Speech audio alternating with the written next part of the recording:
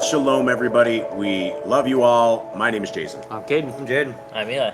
I'm Nicole. And we are the 𝐉𝐄𝐄 and the Torah channel. And you'll please, we'll apologize right out of the gate for not being prepared. We did not do our jobs properly. And so we did not have this absolutely ready. And so we're trying this multi-streaming process where we actually had to pay money so that we can multi-stream on Rumble and on YouTube.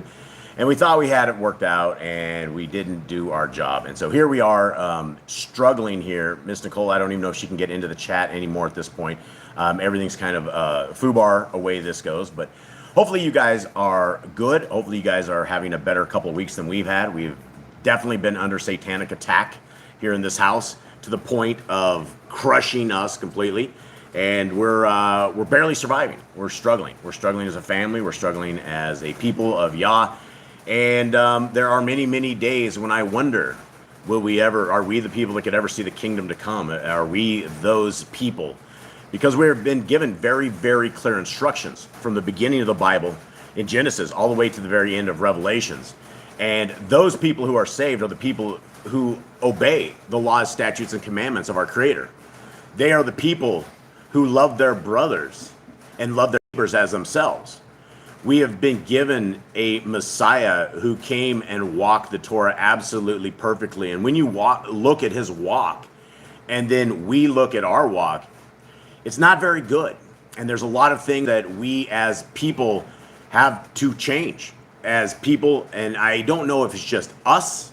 If we're under a complete satanic attack, like things are just really awkward, or if it's just everybody out there and if Satan's having his way. And so, again, we are the people that believe that the laws, statutes, and commandments found in the first 5 books of scriptures are the guidelines to life. They are the ways of the future. They are the ways of the kingdom to come.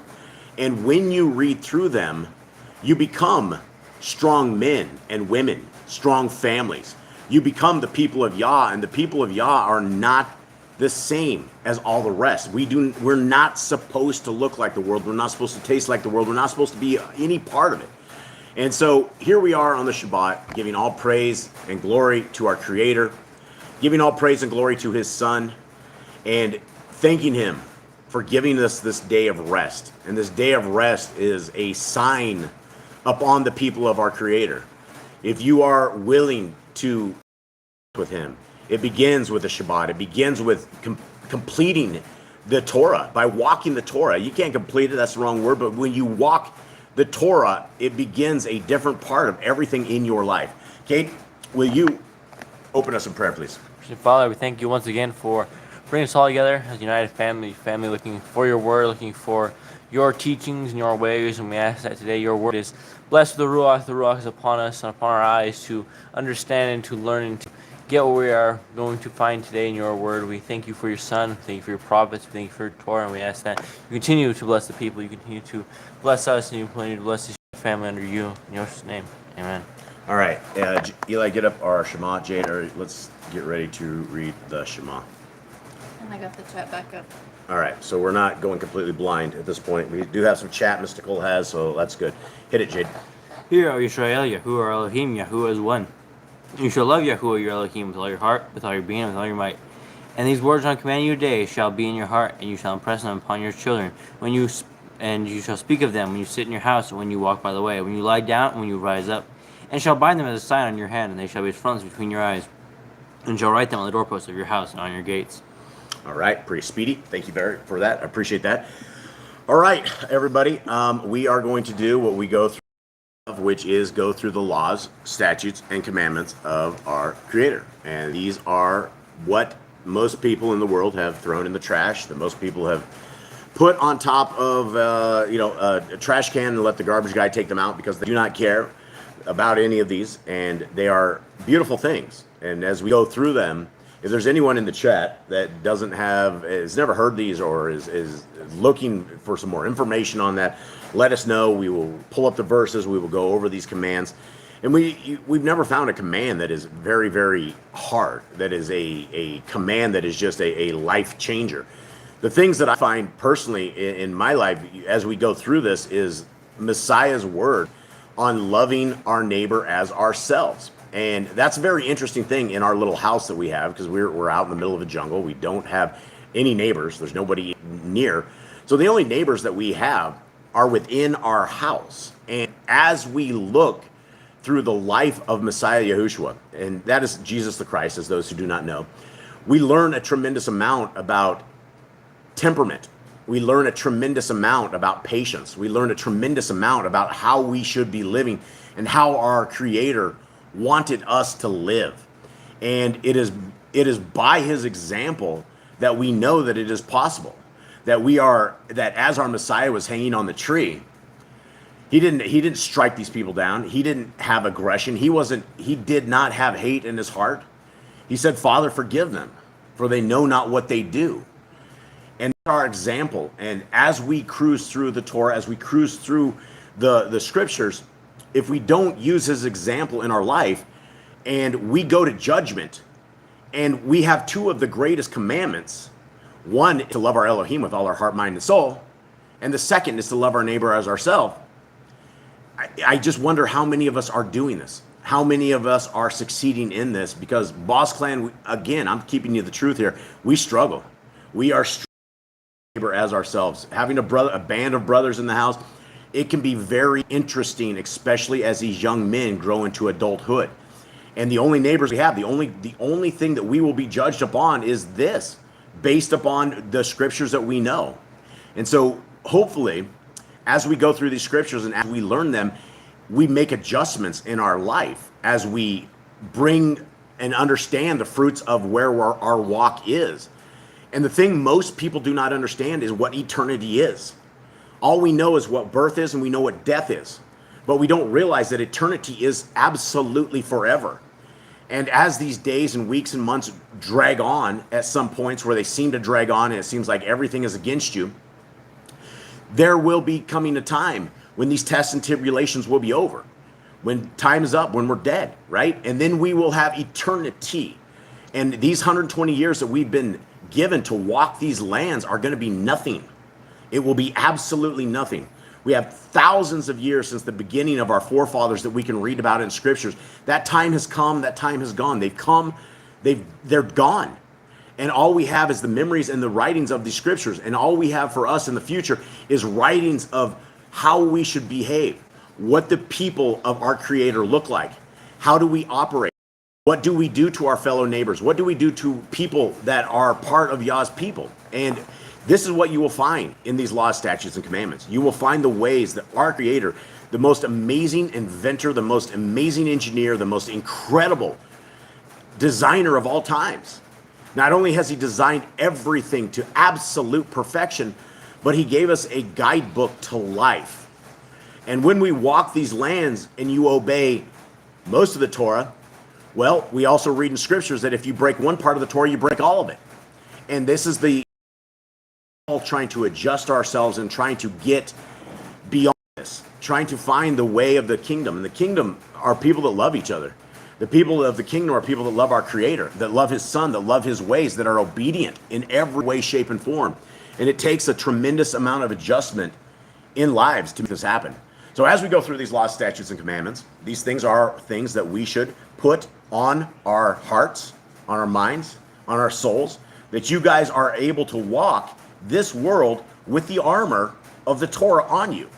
If you don't know the Torah, if you have never heard the laws, statutes, and commandments, then you're at a disadvantage walking these lands, because you will find yourself into a lot of problems. You'll end up eating unclean foods and thinking it's just okay.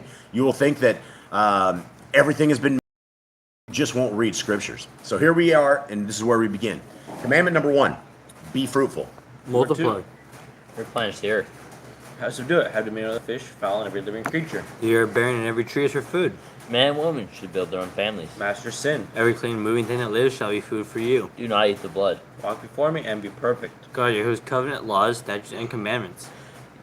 Every male should be circumcised 8 days old. Teach your children the commands and guard the way of Yahuwah. Remember Yahuwah's name for all generations. Keep the Passover, Pesach. Keep the feast of unleavened bread, the festival of matzah. There is one Torah for the stranger and for the Hebrew. Sanctify all firstborn to Yahuwah.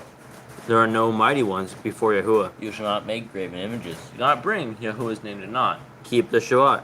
Honor your parents. Do not kill. Do not break the law. Do not steal. Do not make false accusations against your neighbor. Do not covet anything of your neighbor. Do not make an altar from a rock that tool has touched. Do not go up the altar by the steps. If a man steals cattle, he shall restore it 5 times. Yahuwah's laws for criminals. Do not lie with beasts. No sacrifice to other Elohim. Do not oppress a stranger, fatherless, or widow. Do not charge your brother interest. If you borrow your neighbor's raiment, return to him before sunset. Do not curse the ruler of your people. Do not eat what is torn of any beast. No false report. Do not follow a multitude of evil. Do not judge unrighteously against the poor. Bring back your enemy's cattle if you find it going astray. Help the animals of your enemy. Stay away from rumors and gossipers. Take no bribes. Do not oppress a stranger. Love a stranger.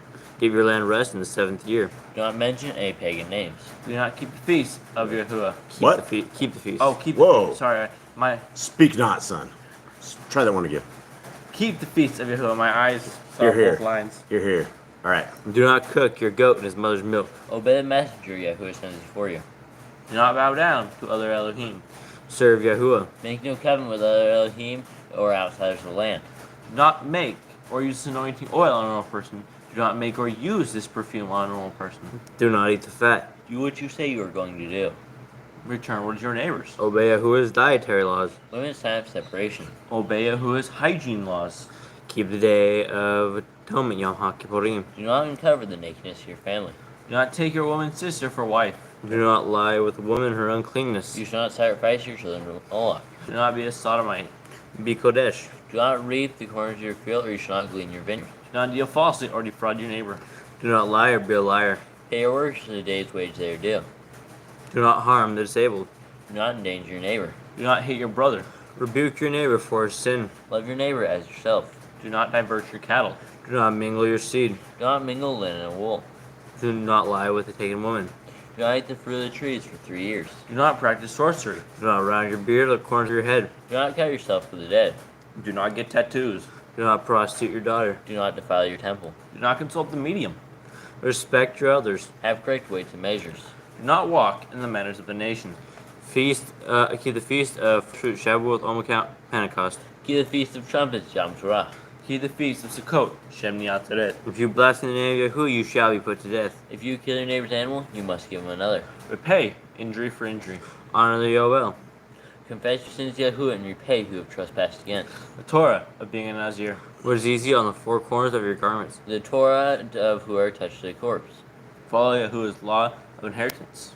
Torah, keep your oath to Yahuwah. Do not add or take away from the word. Guard your soul. Learn to fear Yahuwah. You shall love Yahuwah with all your heart. Bind the Torah laws upon your hand and the frontlets between your eyes. Write the Torah on your doorposts. Do not tempt Yahuwah. Do what is right and good in the sight of Yahuwah. Do not be afraid of your enemies. Remember Yahuwah. Or, Yeah. yeah. Circumcise your heart.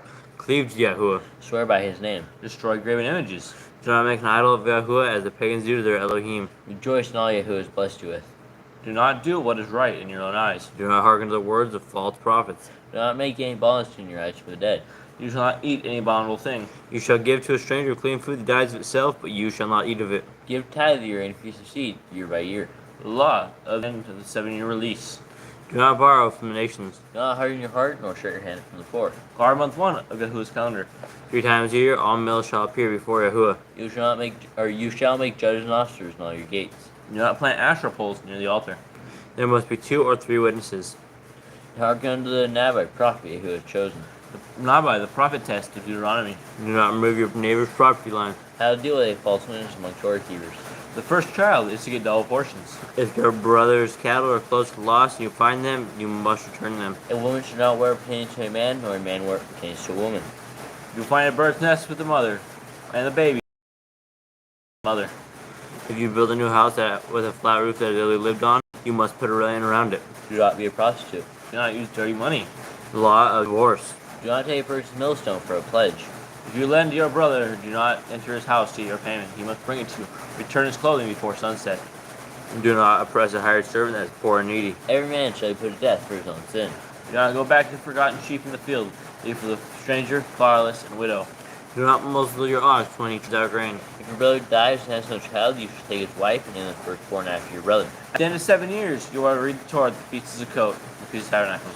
All right, so Mr. Cole, can you go up to where, just up a little bit, it was Obi line? talking about using the Torah as witness, and this is the reason that every single one of us needs to know the Torah. And it sounds like when did you find it? Yeah, but I'm having difficulties over here. You're having difficulties? That's no, it's not good. Okay, there we go. Because I have to go through the web browser and do desktop mode. Okay. Because my app wasn't working, so I can't see the whole thing anymore. I think YouTube might take an update. So, I don't know. But it worked before until you flipped to the other one. Okay. Anyways. We're still struggling here. We'll figure it out. So, let's read what I our found brother it. says. Okay, so Obi-Line says, I was witness against her neighbor who was causing problems. I refused, telling her next time it happens, let me know and I'll actually be a witness. Yep. Yeah, and so this is a perfect classic example of the Torah. We have a way to accuse people. We have a way that our Creator has said when there's an event that goes against the Torah, or not even just against the Torah, when there is a problem, you go at the behest of two or more witnesses. And right before Shabbat, right before this lesson, I had an email thread with a guy who wanted to go after some people based upon the witness of one testimony. And I told him I wasn't going to do that. I said, there is not a second witness. I am not going to be involved in this. Do not put my name on this. I do not want any of this. And he's like, well, the Ruach's never wrong. I know I'm right. I know this testimony of this person is completely true. And I said, it wasn't done right. It was not at the behest of multiple witnesses. If we are going to be a child of the Most High, the rules and regulations of the kingdom to come, go willy-nilly into accusing people. And we cannot be putting our name on things, especially where it's going to crush another person publicly if it's not true. This is the difference between the Hallelujah Scriptures and all of the. When I first started investigating the Hallelujah Scriptures, I went through 13 years, 25 witnesses, and all these 25 witnesses all said the exact same thing. This place is a corrupt place that does not help orphans, widows, and lepers, and they have never done it, and it's a fraud. It's a fraudulent thing. Before I ever said a word publicly, I made sure that I had all of my ducks in a complete row. And this is what the Torah is all about. These things, just like Chris did, that he based his decisions upon Torah, right? You can't go and be a witness for somebody if you have not done it according to what Scripture says to do. If we go and do something of this nature and it is incorrect, and we have heaped evil upon evil, and we're hurting innocent people, that's what the witnesses are all about. This is why the Torah is so important for all of us, that we have to stand behind everything. We can't make our own rules. And what I told this individual is like, be that you're listening to the right Ruach. Make sure this is completely right. To him that there is a good chance he could very well be wrong. And if he goes out with this, he's going to hurt some people. And he's going to do things and say things that are unfixable. You can't unring the bells when it comes to some situations. So we have to be right in everything that we do, and it is based upon Torah. And if we have Torah in our lives, then we will not hopefully go down these wrong paths. So here we are. Mystical, let's say hi to all of our friends and family in here. I'll probably miss a lot because I don't have the full chat. We don't. So I apologize for anybody that I'm.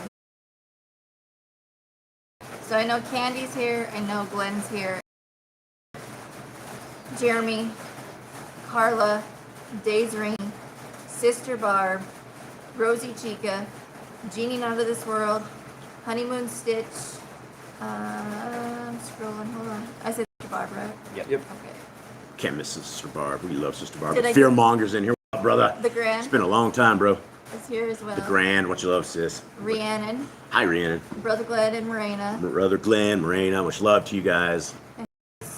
Obi-Lines. Obi-Lines. And you've got Fearmonger. I think that's everybody, but there could be others, and if so, I apologize because I can't see the full. Yeah, chat. we're for being a high-level tech people, you wouldn't notice it sometimes at this point, as we struggle with things of this nature. So anyway, what is the last thing that Sister Barb read or post on that? Read that, please. You sin multiple times when bearing false witness because it also slanders and character defamation. Yeah, Do. absolutely, and that is the thing about sometimes we feel things, right? And sometimes we have suspicions, and sometimes we have, we want to go on these crusades. And that's not a bad thing. Sometimes the crusades are good things. But we have to do it according to Torah. And if you are attacking somebody based upon a single person and you do not have multiple witnesses and you are wrong, imagine what you are doing to that innocent person that you're accusing, right? And there's a lot of these things, we're in a social media world. We're in a world of expose where everybody is putting everybody on the chopping block, and there's a place for that. But if you are wrong and you are taking out an innocent, and let's say years later that what you did has caused so much grief on these people that they end their life, right? They kill themselves, right? They just couldn't take it. All of a sudden, you say that somebody has raped somebody and you do not have a second witness for it, and you go out and you tell everybody they've been raped, but you do not have the second witness, and you crush an individual's life. There is no unringing that bell. It is the same as when you call somebody a pedophile and you have zero evidence of it. You've ruined their life. If these people are not pedophiles and you have not done this correctly, you do not get out from under that bell. And these are things we have to understand, is that every single person is a child of the Most High. There has not been a creature created by our Creator that he does not love and has not put a lot of work into. Every single one of us has an opportunity at this kingdom road. And every single one of us, I pray that all of us are able to see each other one day. But a lot of us, especially us five, we have a lot of work to do. We really, really do. And every single week as we sit down here, I realize how much work we have to do. And it's something we can't stop. We can't get complacent at. We can't say, okay, well, we're here. There's no other work to do. Because when we line our life, when we say, do we measure up? We don't. Nobody does. I don't know who does. We can do a couple of things, but we do not measure up to our Messiah. And this is why we need grace. This is why we need our Creator. This is why we need scriptures. Did I miss something in there? Brother Glenn just popped in and says, when you think the Ruach tells you to test him in accordance with Torah, remember, Satan has a spirit as well. Absolutely. Yeah, absolutely. And that's the thing is sometimes, I've done it before. I've gotten on the crusade for the wrong reasons. And at the end, I've done damage, massive damage. And you got to get older, and the more that you get into Torah, the more you understand that there is a principal way. It's like we're in a military, is essentially what we are. We are in a military. I think Brother Glenn said it the best. We're in a military. The Torah tells us what to do and what not to do. We have to obey the Torah because there's no better way. You do not find a better set of instructions anywhere out there. There's nowhere that will tell you a guideline to life and keep you alive. This is the only truth that we have is in the Torah. All right, so let's get into our reading today. We gotta say Shabbat Shalom to Deborah. Oh, Deborah's in here. Hi, Deb's in. Oh, Deb's here. Wow, we got Fearmonger and Deb. Oh, amazing. This is a reunion, a very, very good reunion. I really, really appreciate you guys, all of you guys out there. You're just our family, and we truly love you all. And this is a good day where we can all hang out together. All right, we are beginning Exodus 20. For those of you who have been with us through these segments, the scriptures at the bottom is Josh's scriptures. Free PDF is available. It's also on eSword. The book will be here late February, early March. A lot of you guys have ordered it. I cannot wait to see it. I can't wait for you guys to see it. It is just a really, really good read. And here we are. It's free of charge. You can, Ms. Nicole, maybe she can paste a PDF in the chat if she would at some point. And let us begin. What did Brother Glenn say? It just popped in this. The Torah, what? There it is. The Torah and Torah alone is our commander. Absolutely. Absolutely. Without a shadow of a doubt, right? We don't, I realize that, and people will probably stone me for saying, yes, the Ruach is to be listened to, but the Torah is our guideline. If the Ruach is saying things contrary to what the Torah says, then we can't. That's the thing, is our Creator would not do that to us. He's not a master. He doesn't have us going down these roads and there's no mystery to this. The Torah is the Torah, and it's a very easy read, but it's not an easy walk, because it is something that we look a lot different than. Let us, so am I. Brother Glenn's talking about the copies. I can't wait to either. Again, I'm like, I lost a good portion of vision years ago, and I can't see things. If I didn't have this tablet, I wouldn't be able to see them. I cannot see these little itty bitty tiny Bibles that we have. and had a 14.5 font. This Bible was built for us with vision impairment, and it is beautiful. Okay, Exodus 20 is where we are at. Yah scriptures. And Elohim spoke all these words, saying, I am Yahuwah your Elohim, who brought you out of the land of Mitzrayim and out of the house of slavery. All right, somebody give us a quick recap of where we are in famous chapter, right? If there's any chapters or that people know, they know, and they call them like the 10 guidelines, right? These are the 10 rules. These are 10 rules for living. And when you have the 10 rules for living, back in when I was in school, if you had a test that had 10 questions on it, you had a 10 every. So if we have 10 rules on this particular, and we do not keep the fourth commandment, which is keeping Shabbat, we got a 90%. So as we go through this list, it's pretty easy to get down to about a C or a D level simply by this chapter alone. Okay. Brother Glenn says Stevie Wonder can see better than you guys. I think so. I think so. Better than I. Apparently, I can't see either. You can't see either? I think yes. Here's the funny thing about Stevie is he's dropped his mic a couple of times and caught it in midair. I don't know what to say about that. But here we go. And he probably can see better than we. Okay, 2. I am Yahuwah, your Elohim, who brought you out of the land of Mitzrayim, out of the house of slavery. You have no other mighty ones against my face. You do not make for yourself a carved image, or any likeness of that which is in the Shemayim above, or which is in the earth beneath, or which is in the waters under the earth. And I think since this is such a amazing chapter, I think we should talk about this thing, right? We don't have any mighty ones. What does it mean? You will have no other mighty ones against my face. Another gods. Nothing else with on the side of Yahuwah, right? It's Yahuwah and Yahuwah only. You don't bring anything else into your worship, because that is you can't serve two Elohim. You're going to serve Satan. You're going to serve Yahuwah, and Satan is going to be the form of all the other mighty ones. That's who you're serving. Can a bank account become a mighty one? Money can, yeah, absolutely. Anything you worship more than Elohim becomes a mighty one. What about who are some current football people? I think they're all died. Peyton Manning's still alive.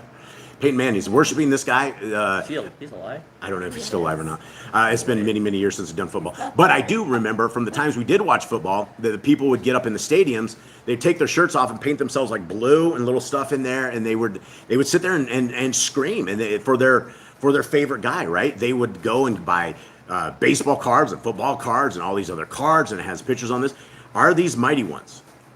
Anyone? Yeah. People's entire life goal is just to get these people to notice them. Can you have football cards and stuff without making them a mighty one? I don't know. I really just don't feel like. Probably. I mean, sports is a very worldly thing. People put everyone up on a pedestal. They think they're greater humans than the rest. They have more money. They're rich. Well, and everyone desires to be just like them, and that's not what life is about. That is idolatry. Absolutely. Okay, let's go to the second one here. You do not make for yourself a carved image, or above, or which is in the earth beneath, or which is in the waters under the earth. Okay, and let's finish that verse off, and we'll talk about these. And you do not bow down to them nor serve them, for I, Yahuwah, your Elohim, am a jealous El, visiting the wickedness of the fathers on the children to the third and fourth generations of those who hate me. Wow. Okay. What are we talking about? We have a carved one. What are we talking about with this? Mr. Barb says no images. Just no images. no images. So. Everything's an idol. Okay. Well, that's good. I love Sister Barb's stuff. She's got this down. Okay. Carved image above. What do we have carved image? The crosses around our neck. Is this a carved image? Is this something like this? Statue of Mother Mary. The statue of Mother Mary. What would that fall under? Statue of Mother Mary hanging on our wall. Fall under probably an idol, right? Probably. And she's not to be worshipped, right? Even as absolutely. bore the Messiah that saved everyone in the world, she was not to be worshipped. She was not the chosen one to be worshipped. We have no commandments anywhere talking about Mother Mary. Statues of Buddha. Yep, statues of Buddha. Yep, and so we don't bow down to them. And as we were going through, we moved a majority of our daily reading over to Rumble, and we're going to be moving back to YouTube because we can't get most of you guys over to Rumble. But we've been able to say a lot of things we can't say anywhere else. And we were talking about a lot of these things over there on this. Now, inside of Judges, when you read the book of Judges and you go into the life of after Joshua and all these guys, they constantly fall into this idol worship. There's something about idol worship, and if it seems foreign to you guys, that's very good. But for most people, it seems like we have to get reminded of this over and over and over, that the people of Israel, like they couldn't make it for 40 years. They could not make it out of a span of 40 years without corrupting their generations. Now, what's interesting in this is that if our parents hate Yah, Yah is going to send this down to the third and fourth generations of those who hate me, which is very, very interesting. My mom will tell you without a shadow of doubt, she loves God and she loves Jesus. And she says that, and she goes to church and she's saved. She's going to be raptured. They all have the exact same rigmarole. Now, when I ask her, I say, Mom, what about these laws, statutes, and commandments? And she's like, oh, I don't need to keep things of the old. In some way, people that think like this don't love our Creator. If you are not obeying his laws, statutes, and commandments, and you know these verses that say you need to love our Creator with all your heart, with all your mind, with all your soul, but yet you do not, you can't be mediocre. You can't be warm in this. And so all of us have probably fallen under these generational curses to where our forefathers by default hate our Creator. If you do not love him, you may not hate him, but you're not obeying him. He's not your leader. And so we have to be very, very clear that we all fall under generational curses, and we need to break these curses. We need to find the Torah. We need to steal this into our hearts, minds, and souls of our family. That's the problem that the Israelites kept having over and over. The kids were not taught in Torah. They were not. We have a commandment that we're to teach our kids this. We're supposed to talk about in the wayside, or talk about it when we get up in the morning, talk about it when we go. This is supposed to be the most exciting thing of our life, is the regulations and rules that our Creator has given us to sustain our life and to be his children. And if we don't have that, then who's our leader? Hasatan? What do you got? Ruby has a question. Hi, Ruby. She says, I crochet, and there are some things that create flowers. Flowers are something Yah created. I considered that making a carved image. Am I overthinking? Ooh, that's a tough one. I don't think that is, I don't know, maybe Sister Barb has an answer to something on this. I don't think that's an issue, right? I mean, if she's crocheting a picture into something, I mean, it's nature. We're not worshiping it. As long as not worshiping it. It's not meant to, I mean, none of this stuff. The thing about idol worship is if you just take something and you make it your Elohim. And she's not idolizing it. It's not sold. It's not picture of Nature, Mary, right? Like Mother Mary or something, or the Catholics have the millions of pictures of all their stuff. And again, I don't know if I'm qualified to answer that. From what I see in Scripture, there's no commandment like that. And there's a nefarious side to the making of the mighty ones, to the making of the things that you start to worship. And I suppose if people start worshiping the flowers on the crochet stuff, that'd be an issue. But I mean, it's not made for anything like that. So Sister Barb says we have a few flower things, but it's something that you cherish or worship. So yeah, and that's the thing, is if it's just, I know girls do the girly stuff, and they like things like that, frilly stuff, right? The little and things of that nature. I have none in my house. Yeah, you have none in your house because your house is a cement house. It's like hasn't even been finished. So yeah, I don't think that's an issue. All right, let's continue on. Okay, 7. Oh, you're on Hold verse on. 6. Brother Glenn says don't hang it on the wall or bow down to it. Yeah, definitely don't bow down to it. That would definitely cross the lines for Like sure. a blanket or something. Yeah, that's not it. You make a blankets out of stuff. I mean, Blankets keep you warm. yeah, it's the nefarious. I don't think putting a design on a blanket. I think we would go down the fair. Don't think it is. So I think image worship is something like carrying around a rabbit's foot for good luck. rabbit's foot, Mother Mary. The Catholics have their rosary beads that they sit there and they'll around all the time. Yeah, I think you guys are right. So again, this shows the power of a little community that we can kind of discuss this stuff, because I don't know. I didn't think anything like that, but yeah. So here we are. Let's continue on. Where are we at? You never finished like the previous sentence. You're on verse 6. All right, verse 6.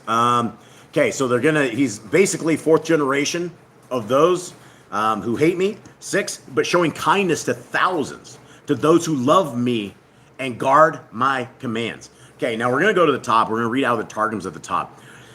Verse 6, I really want to discuss this, right? I mean, if there's something in one verse that we can take, or one chapter that we can take everything out of, this is it, right? Showing kindness to thousands. Who? To those who love me and guard my commands. Now, as we read through the Torah, over 53 times, we have this particular thing. Guard my commands, right? It's simple enough. When you guard something, you are not allowing it to be attacked. You are not looking at it. Guarding something means you are protecting it with everything that you have. And this is what we all should be doing, is guarding this Torah, because it's a gift. It is a blessed gift that we have. All right, now 7. You're up top now. All right, now we're gonna hit Targums at the top. Let's see what they say. And Yahuwah, and for those who do not know what the Targums is, it's kind of got some bones here and there. We completely throw the bones out. We'll find the bones if we see them, but sometimes we get some extra cool stuff out of it. And I know some of you guys like the Septuagint, but literally these two versions are exactly the same. So there'd be like nothing to really discuss if we just had the Septuagint up. Okay, 21. And Yahuwah spake all these words, saying, the first word, as it came forth from the mouth of the set whose name be blessed, was like storms and lightnings and flames of fire with a on his right hand and his left. And it winged its way through the air of the heavens and was made manifest into the camp of Yashrael, and returned, and was engraven on tablets of the covenant that were given by the hand of Moshe, and were turned in them from side to side. And then called he, and said, Sons of Yashrael, my people, I am Yahuwah, your Elohim, who brought you out free from the land of Mitzrayim, from the house of bondage of slaves. Now, that verse 1 gave us like the first 5 verses of the other version of it, which is very, very interesting, that these versions end up with so much more text. Now, this one I don't think added anything like beyond something that we can speculate on, but it is very curious that there's tremendous more to these scriptures, and we don't know where they came from. And so, Exodus 23. The second word which came forth from the mouth of the set apart one, whose name be blessed. Did I just read this, or is it the exact same thing? Okay. Was like storms and lightning and flames of fire. A burning light was on his right hand, and on his left was borne through the air of the heavens, returned and made manifest into the camp of Yashrael. It returned and was engraven on the tablets of the covenant, and was turned in them from side to side. Then called he and said, House of Yashrael, my people, you shall have no other Elohim besides me. So all that, for you shall not have any other Elohim. Now, those who take Messiah Yahushua, Jesus the Christ, and they have a Trinity set up, we're breaking this rule right here, right? Because if we have 2 Elohim Most Highs, and that's what the Trinity teaches, the Father, the Son, and the Holy Spirit, they're all one. I will tell you exactly as I was trained in Christianity, it's like an egg. You got the shell, you got the yolk, and you got the yellow stuff inside. It's all one egg, but it's 3 separate things, right? That's how we would sell this in Christianity. The thing is, it doesn't hold up to scriptures at all. In fact, Deuteronomy 6 is very, very clear. Yahuwah is one. And it's very, very clear. It also says he's jealous, right? He's a jealous Elohim. If you guys understand what jealousy means, it means you are not going to share what you have with others if you're jealous. Now, I'm not saying others, I'm just saying a spouse, right? If you're jealous, you're not going to let your spouse prowse around. That's just the way it is. Okay, let's continue on. Is it 4? Here they? Yep. You shall not make to yourselves image or figure or any similitude of what is in the heavens above, or on the earth beneath, or in the waters under the earth. You shall not bow down to them or worship before them. For I, Yahuwah, your Elohim, am a jealous Elohim and an avenger, punishing with vengeance, recording the guilt of wicked fathers upon rebellious children unto the 3rd and unto the 4th generation of them who hate me. Scary stuff here, guys. But keeping mercy and goodness for thousands of generations of the righteous keep my commandments and my Torah. Okay, heading back to Yah's scriptures at the bottom. 7. You do not bring the name of Yahuwah your Elohim to naught, for Yahuwah does not leave the one unpunished who brings his name to naught. All right, how do we bring Yahuwah's name not? How do we violate this command? Well, we use titles that were given to us, fake names that were not. That's bringing his name not. That's not giving the reverence his name deserves. So if we call him God, or we call his son Jesus, are we bringing the name of Yahuwah to naught? Yeah. Yeah, I mean, and that's the problem with regular scriptures, is there's over 7,000 times that they have taken out the word Yahuwah, and they put in the word God, or they put in the Lord. And the lowercase the Lord translates to Baal. And so the joke is on us, right? For the majority of the world, they will walk these lands and they will never really know the name of our Creator. They will never know the name of His Son. And again, everyone's like, well, the KJV is the infallible word of truth. You cannot, if it says it in the KJV, it's definitely the truth. Well, where do you think we get all these issues from, right? And if you don't believe me, look at the 1611. You know, the KJV has our Messiah's name with J-E-S-U-S. The 1611 has it as I-E-S-U-S, or O-U-S at the end of it. It isn't the same name. And if there's only one name under heaven by which man may be saved, and we got the wrong name, well, that's a problem. Again, the joke is on us. Okay. Hold Did on, you have something? one question. Yeah. Back to the images. Casey, which has been here before but not very often. What's up, Casey? Wants to know, does that include images of Christ? Yeah, I would absolutely say it means images of Christ. There is a that's the thing. If you look at, and I don't mean to pick on the Catholics, but the Catholics are extraordinary for their idols and for their pictures and for all this stuff. You look at any Catholic's house, you will find the picture of what they have as Jesus. And it's always, I think it was like some dude who wrote the painting. I can't remember the guy's name. It's like Greg Borden or something of the name. But it's actually, it's all satanic, the entire part of it. Yes, I would say having pictures of Messiah Yahushua and hanging them up and doing that is what we're talking about here.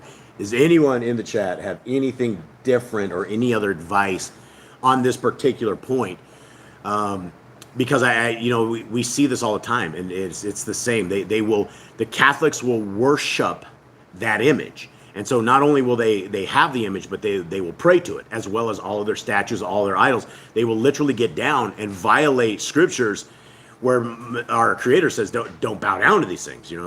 We bow down to one Elohim Most High, and that's who we do. Nobody else. And if not, we are making our Creator jealous that His creations are doing and walking opposite of what He wants us to do.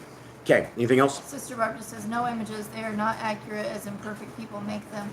And then Brother Glenn says, any image of Yah or Yeshua is idolatry. Yeah, and that is what our Creator says. Do not make any idols of me like the pagans do to their Elohim. He clearly says that, so yeah.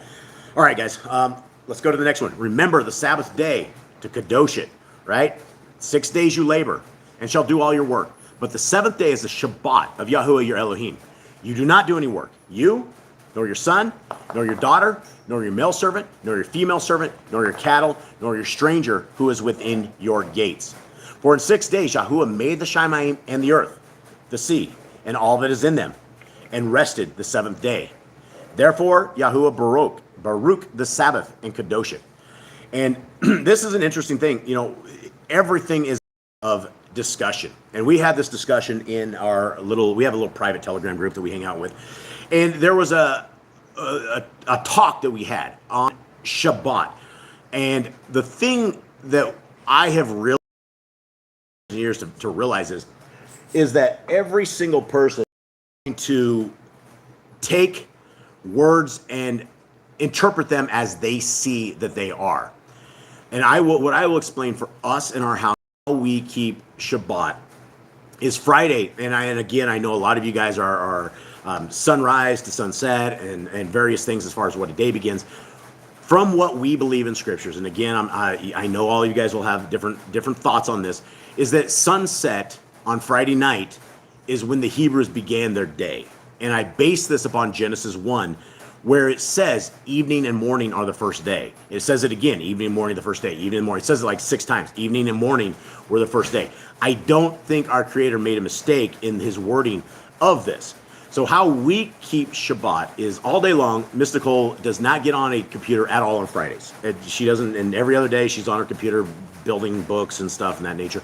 She does not. So she stays off, and from the beginning of the day, she starts with, there's muffins and there's cooking, and she's just in the kitchen all day long, busting it up. And what she will cook, like this morning, we had eggs and a sausage in a crock pot for breakfast.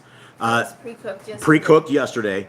And there's chicken that's just been stuck on warm that I'm checking out from across the room here. And so when Sabbath day begins, and again, this is how our family operates, is we don't do any work, except Eli. Eli goes out and he takes care of the animals every single morning. And that is, of course, some things inside of scriptures that we have that we know the oxen are not cared for, right? And Messiah even says that. The book of the Nazarene talks about Messiah in various ways of taking care of animals. A really good book. So we get up in the morning. Eli takes care of the animals. We sit around. We pray. We have breakfast, and then we split off. We start taking some naps. We start moving different areas. Because of our 10 dogs, we operate in a little bit different fashion than everyone else. But the day is rest. We do not prep. We do not do anything of the sort that we try to. And so it's been a work in progress, and we don't have the answers for everything. And where interpretation of scriptures comes to, I'm not going to fault anybody with what they believe, because we are following what we believe and what we have learned from scriptures. And like I've said before many, many times, when Messiah Yahushua comes back and he is ready to lead us, then he will dial us all in. We will get our feast days right. We will get the whatever is wrong. If Shabbat is really in the morning, the sunrise versus sunset the night before, we'll get this all figured out, right? None of these things are a salvation issue, because if you look at the majority of the world, nobody's trying to keep Shabbat. It doesn't matter. They just do not care about the law, statutes, and commandments. And then there's a little tiny remnant of all of us, right? And we're doing everything possible that we can get the knowledge in the latter days of our life, trying to piece together all of this stuff from before. And I don't know if we got it right. I don't even know if today is literally what you would call a Shabbat. I don't know if it was on a Wednesday. I don't know what day it was. We are at the mercy of those who control time and history. And so we just don't know a lot of these things. But we're trying, and we are constantly pushing for it. And you can say that, oh, well, you don't really know what day Shabbat is. I mean, because our days are all mixed up. We are stuck on a Julian calendar. We're just, it's a Babylonian thing. We don't know. So as long as we are trying and making this effort, that is what I believe is going to be looked up on. Because we're giving a darn, we're giving a heck, right? We're really, really trying to figure this out, and a lot of us are really passionate about this stuff. And for us to live on YouTube, well, I mean, it's just you've had the Christians come up at us, right? The very first thing every Christian will say is like, "Oh, you're a Pharisee. You're a Pharisee. You keep the law, statutes, and commands. Oh no, those things are gone. You're a Pharisee." And so we've heard all this before. We know what this is all about, and there's a difference between us, this little tiny assembly, and the Christians who already have it figured out. And I would say for most of us, if any one of us were asked, do you have it completely figured out? I would say no. I do not know without a shadow of a doubt, based upon my soul being in hell or not. Do I have this figured out? Will I gamble my soul? No, I'm not going to gamble my soul. So we're all trying to do the very, very best that we can do, and we can find out. Like Fearmonger says, keep the commandments to the best of your ability. Yah knows the intentions of your hearts and minds. Yeah, absolutely. Yeah, Fearmonger's right. And that's the same thing about keeping the appointed times. And we may not have it right. We may be a day off. We may be a day before. We do not know, based upon the deception of the world that we live in. But are you trying to keep them? Are you in sync? Because when the second Exodus comes, all of the appointed times will be back. We will be doing them. More than likely, there will probably be another sacrificial system. I don't know what's going to go on, but it's not like we're going to be lawless. We are going to be under the laws of our Creator on that second Exodus. Okay. Sister Barb says, Yah knows our hearts and spirits. He brought us back to him. Yes, and that's the scary thing, is he does know our hearts. And the Bible says our man's heart is extremely wicked.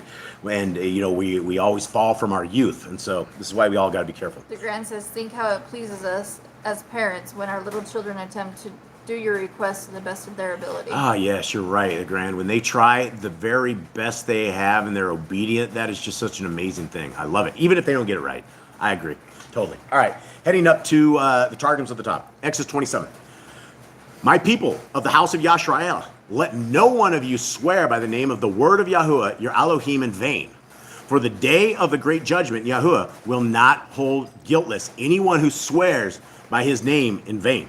This is a huge thing, right? This is a one of these things that you make an oath, you swear by it, you got to keep it. and even to the effect that these guys in the book of Judges, that one crazy dude who said the first thing that pops out my door, I'm going to sacrifice to Elohim. And as retarded as that oath was, that he did not specify something, you know, if the first house cat or the first dog, some animal comes out of the house, I'll kill it. He ended up killing his daughter. And so those were people who were scared to death of breaking their oath to Yah. And so we do not want to, don't swear by his name. I mean, it's probably better not to swear by his name, because that is the creator of the universe, and we will not be held guiltless if we do that. Exodus 28. Did you have something, Mr. Cole? Just Barb. What's She Barb? says Shabbat is a different day on the opposite side of the world. Lol. Just keep it and be consistent. Yeah, absolutely. Yeah, and it's like you're exactly right, sis. It's some people are already over there, and I know a lot of people are like, well, it only matters if you're in Yisrael, but I don't know if that's the case. I don't know if we should be on Yisrael time as we're captives all across this land. I don't know. So let's continue. Okay, 28. My people of the house of Yisrael, remember the Shabbat to sanctify it. 6 days you shall labor and do all your service. Why are you looking at me like that? All right, I got the look from the wife. I didn't know what's up. Okay, but the seventh day is for rest and quietude before Yahuwah your Elohim. You shall not perform any work. You and your sons and your daughters and your servants and your handmaids and your sojourners who are in your cities. For in 6 days Yahuwah created the heavens and the earth and the sea, and rested on the seventh day. Therefore, Yahuwah has blessed the day of the Shabbat and sanctified it. Okay, so we have an example that our Creator rested on the seventh day, which is what He gave to mankind. And for those of us who keep Shabbat, I know you know exactly what I'm saying, but the day that you are, for whatever reason, you are unable to rest on the Shabbat, for us, the entire week goes, you just do not feel rested. The next day, it's messed up. We've had several Shabbats where we've had horrible things happen that we are, for whatever reason, unable to rest. And the entire week's a drag. By the time you make it to the next Shabbat, you just do not feel the same. And I know it's the American way to work 24/7, 7 days a week, never begging for a rain check. That's just the American way. I don't know if this is around the world, but I know my fellow men and women of North America, we work hard. We really, really work hard. And it's not to be, right? We need to work hard for 6. We need to be off this one. And it will save us, right? It'll save our bodies. It'll save our lives. And probably Yah will know we're in covenant with Him. And when we have this day of rest, we can bring scriptures into our lives, into our family. We can sit and worship Yah. We can praise Him and thank Him for giving us such an amazing day just to chill. And look at 45,000 other religions. You don't have a single one that gives you the day off. It's amazing. Okay, 2012. Am I at the bottom here? Yeah. Okay. Where am I at? You're on 12 down here. Okay, here we go. We're at Yah's scriptures on the bottom. Respect your father and your mother, so that your days are prolonged upon the land which Yahuwah your Elohim is giving you. Pretty simple commands, right? Respect your father and mother. Why do you guys think that's important? Well, Besides that you will live long. Anyone? Obedience is important. Obedience is important. Respect. And if you disobey your parents, are you respecting them? No. Is that a sign of respect? No. I don't think so. Okay, 13. You do not murder. You do not commit adultery. You do not steal. You do not bear false witness against your neighbor. Okay, so these are individual lines. They don't look like much, but they are a tremendous amount. If you are those murderers, right, you're taking away a life of the Creator, the Creator who has designed something that put him or her on this land, and you commit murder, you are messing with the order of our Creator. You do not commit adultery, right? When you commit adultery, not only are you're destroying your family, you're wrecking any hope that you and your wife will ever have at a good marriage, right? Because in the act of adultery, you're not supposed to go back. If you commit adultery, you should. It's split the sheets time, right? It's over. You should not be around. And if you go back, you are committing adultery. And this is, our Creator is very, very firm about all of this stuff. He's very, very clear. Okay, continue on. Now we're going to go up to the top and see what this says. My people, the house of Yisrael, let every man be instructed in the honor of his father and in the honor of his mother, that your days may be multiplied. Elohim gives you. My people, the sons of Yashrael, you shall not be murderers. You shall not be companions or partakers with murderers. In the congregation of Yashrael there shall not be seen a murderous people. Neither shall your sons rise up after you and teach one another to take part with murderers. For on account of the guilt of murder, the sword comes forth upon the world. So, guys, there's a huge difference between this verse and the Targums and in scriptures. It's tremendous, right? All we have is this, you do not murder. But at the top of this, we have other instructions, and these instructions are very, very good, right? These are one of these things. I do not know why we don't have the rest of this in the regular scriptures, right? Because the advice that we get out of the Targums is you shall not be companions or partakers of murders. Absolutely great advice, right? It says in the congregation there shall not be seen a murderous people. In fact, we are even told even more that we need to teach our kids not to take part with the murderers and all of this stuff. So there's some of the good stuff here in the Targums. Definitely some good advice. 2014. My people of the house of Yashrael, be not adulterers, nor companions, nor partakers with adulterers. Nor in the congregation of Yashrael shall there be seen an adulterous people, that your sons may not arise after you to teach one another to have part with adulterers. For through the guilt of adultery, death comes forth upon the world. Now, why wouldn't it want you to be a companion of an adulterer? Because things rub off on other people if you're staying in the field. You would be led astray, right? You all of a sudden it was cool here, nothing happened to this dude, and so all of a sudden, yeah, let's go commit some adultery here. Okay, 2015. Sons of Yashrael, my people, you shall not be thieves, nor companions, nor partakers with thieves. There shall not be seen in the congregation of Yashrael a thievish people, for that your sons may not arise after you to teach one another to have part with thieves. For on account of the guilt of theft, famine comes forth upon the world. Okay, 16. Sons of Yashrael, my people, you shall not testify against your neighbor testimony of falsehood, nor be companions or partakers with those who bear false witness, nor shall there be seen in the congregation of Yashrael a people who testify a testimony of falsehood with those who testify falsehood. For because of false testimony, the clouds go up and the rain comes not down, and dryness comes upon the world. So if you guys are looking for reasons why there's famine, there's no rain, there's things of this nature, it's, we live in a very, very wicked world. Okay, heading down to Yah's scriptures, 17. You do not covet your neighbor's wife, nor his male servant, nor his female servant, nor his ox, nor his donkey, or whatever belongs to your neighbor. And all the people saw the thunders, the lightning flashes, the sound of the ram's horn, and the mountains smoking. And the people saw it, and they trembled and stood at a distance, and said to Moshe, you speak with us, and we hear, but let not Elohim speak with us, lest we die. And Moshe said to the people, do not fear, for Elohim has come to prove you, and in order that his reverence be before you, so that you do not sin. So the people stood at a distance, but Moshe drew near the dense cloud where Elohim was. And Yahuwah said to Moshe, say this to the children of Israel. You yourselves have seen that I have spoken to you from the Shamaim. You do not make besides me mighty ones of silver, and you do not make mighty ones of gold for yourselves. Make an altar of earth for me, and you shall slaughter and your peace offerings, your sheep and your cattle. In every place where I cause my name to be remembered, I shall come to you and barak you. And if you make me an altar of stone, do not build it of cut stone. For if you use your chisel on it, you have profaned it. Nor do you go by the steps to my altar, lest your nakedness be exposed on it.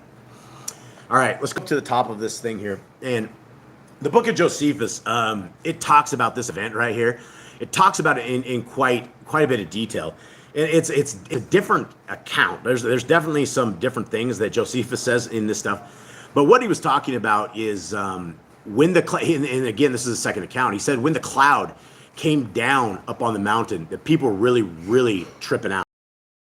Like they were all standing around, they were all ready for this, and then all of a sudden, a cloud not even see came down, and the wind and rain and all sorts of stuff started popping off, and they were the thunders and the lightnings, and it really was a problem for these people. It just really, really scared people, and it was supposed to be a joyous meeting. This was the ketubah. This was a marriage consummation that our Creator came down, and Moses kept coming down with great news. And from the book of Josephus, every time he came down with great news, that people were trying to kill him. And it goes into even more details of the people picking up rocks. They had rocks in their hands as they're sitting there talking to him. And somehow he was able to talk them down to the point that they would just listen. And so this was one of these incidents that scared everybody. And it would probably scare us as well.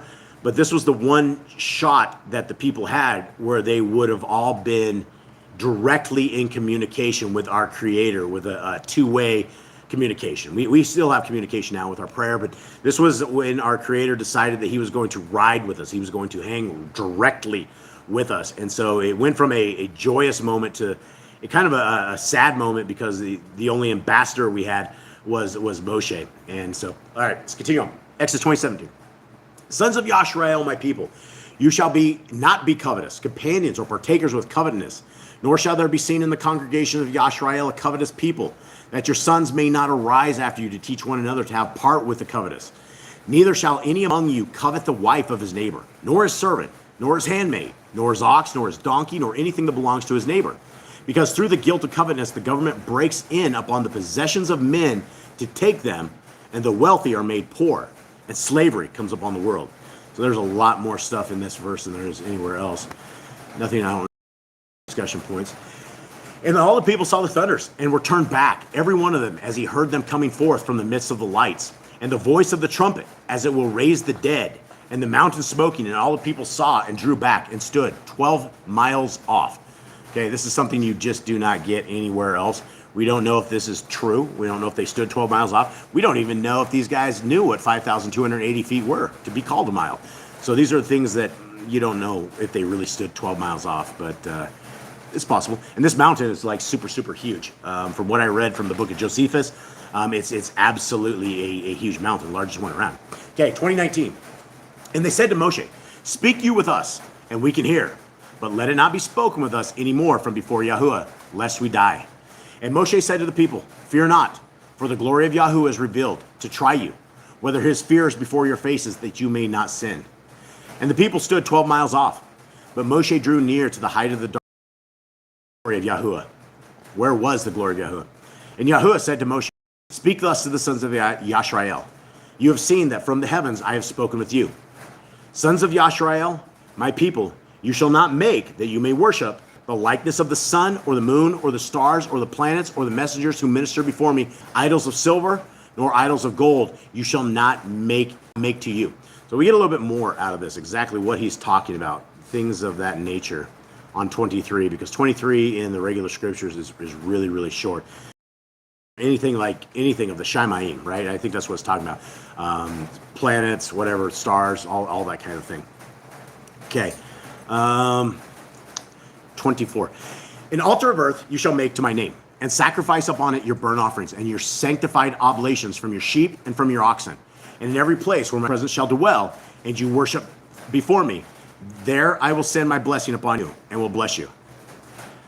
But if you will make an altar of stones in my name, you shall not build them sculptured. For if you lift up iron, from which the sword is made, upon the stone, you will profane it. And this is a commandment that we have always wondered about, because it is simply that. You're not supposed to touch the stones with any kind of metal. And so we've always sat around and just tried to figure out how exactly would they extract rocks without some sort of metal things. I'm sure you could do it with some sort of wood, but we deal a tremendous amount of things with rocks here, and we use pry bars nearly every day. And so I don't know how you would actually extract rocks without. 2026. And you, the priests who stand to minister, shall not ascend to my altar by steps, but by sloping bridges, that your shame may be seen thereupon. All right. So with that, everybody, that does it for us. We are done with this for today. And we appreciate all of you guys. We hope that you guys have a wonderful Shabbat. We hope that these readings will draw you closer to Yahuwah. That is our captain. That is our master. That is who has given us just a wonderful way back to his kingdom. And so we hope that everybody is taking advantage of the greatness that our Creator has given to us and are seeking Yah. So with that, we will end. Anything else in chat? Okay. Jeannie just asked, can I have a picture of the sun and the moon for decoration only? Well, I wouldn't. After reading this, I wouldn't do that.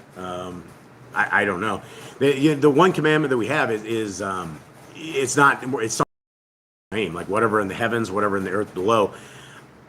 I don't know. I mean, the difference between a flower on this and then having the moons and things. I mean, we're specifically told not to. I don't know if I have an answer for that. It's just Brother Glenn. Anyone out there have a anything on that? Let's see if anyone can chime in on this particular thing. And guys, I'm sorry, I don't have all the answers to stuff. I really don't.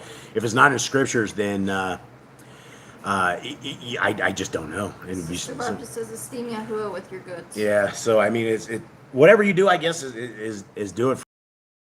The question was, Mr. Cole, what was the question? Can we have a picture of the sun and the moon for decoration only? Yeah, Jeannie wants a picture of the sun and moon for decoration only. I don't know, because listen to sing Mr. Sun and Sun Golden, but that's us. Yeah, it is in scriptures. We just can't see it clearly yet. Yeah, so I would say probably not. I mean, I don't want to fall into the Pharisee trap again, but Brother Glenn, maybe he has an answer before we shine this off, or what his thoughts are on this. And yeah, to everything, we want to glorify Yah. Like if there's something that is outside of what you think our Creator, our parent, would like from us, then we shouldn't do it. As long as you don't bow down to it or worship it, okay, is what Brother Glenn says. And so there we go. I guess take it for what it is. I don't have answers for everything. Just be very, very careful on any of that kind of stuff. And family, we love you guys very, very much. Yeah, we clean with, and so I mean, there's flowers are on everything. I mean, there's like little stuff. I mean, we have towels with flowers too, probably somewhere, I don't know, maybe not. Bedspreads or something, I'm sure. So, all right, family, we love you guys very, very much. Jade, will you please bless our family? Yahuwah bless you and guard you. Yahuwah make his face shine upon you and be gracious unto you. Yahuwah lift up his countenance upon you and give you peace. They shall put my name upon the children of Israel, and I will bless them. Okay. All right, guys, so we will end this with a song that we don't get copyright. And we hope that you guys will have a great day. Much love.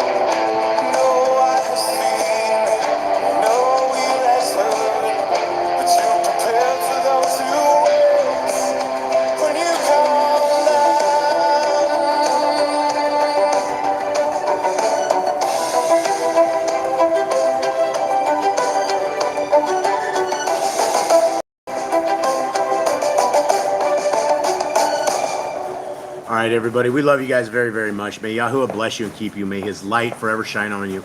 May his Torah forever be involved in your life. May you find the Ruach HaKodesh in everything that we do. We love you guys. We hope you have a wonderful day. And we're out. All right.